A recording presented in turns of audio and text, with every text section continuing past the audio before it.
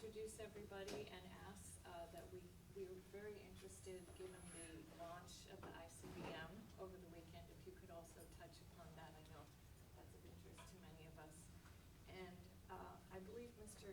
Bill Kidd will be starting out today, and he's a member of the Scottish Parliament. And then Commander Rob Green will be speaking. He used to be with the British Royal Navy. And then Alan Weir is a global coordinator, parliamentarians for non-nuclear proliferation and disarmament. And last is Jonathan Granoff, President, Global Security Institute.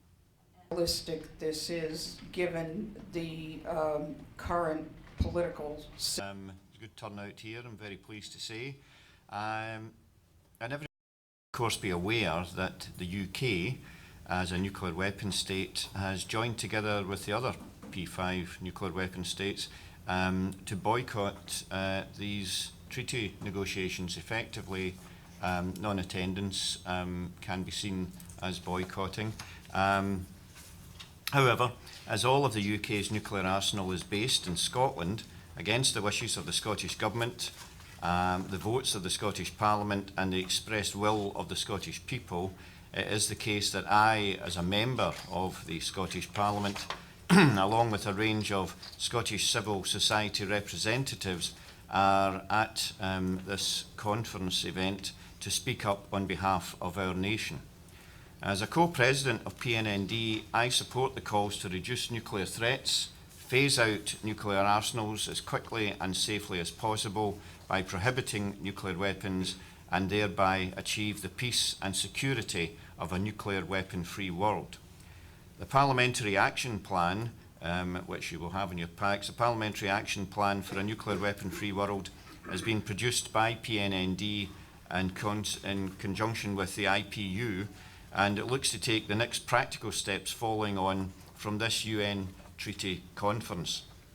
The next major step outlined will be to take forward the opportunities provided by the 2018 UN High-Level Conference on Nuclear Disarmament.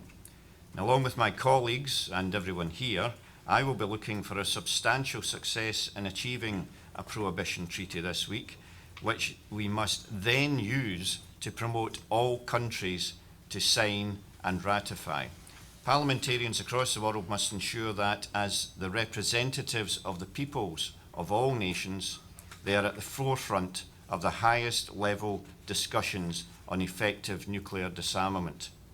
I am honoured to say that I have a statement from the First Minister of Scotland and her government to present to Her Excellency Ambassador White Gomez as President of the conference, wishing her and all states delegates great goodwill for a successful conclusion in establishing a procedure leading to a world without nuclear weapons.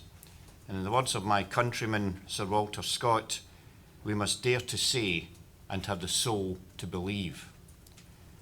Ladies and gentlemen, I'm very grateful that you're here today, because what we have to do is make sure that the news about campaigning and working in concert with one another to get rid of nuclear weapons and to have a nuclear weapons-free world is very important. It gets out there amongst the peoples of the world.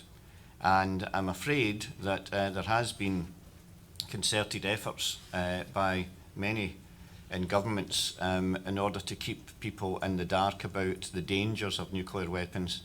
We have nuclear weapons in Scotland against our will, but we are intending to have those removed as quickly and safely as possible when we have the powers to do so. I hope that you'll find what we've got to say in the question and answer session interesting, but first and foremost, may I introduce my colleague, Rob Green. Thank you, Bill.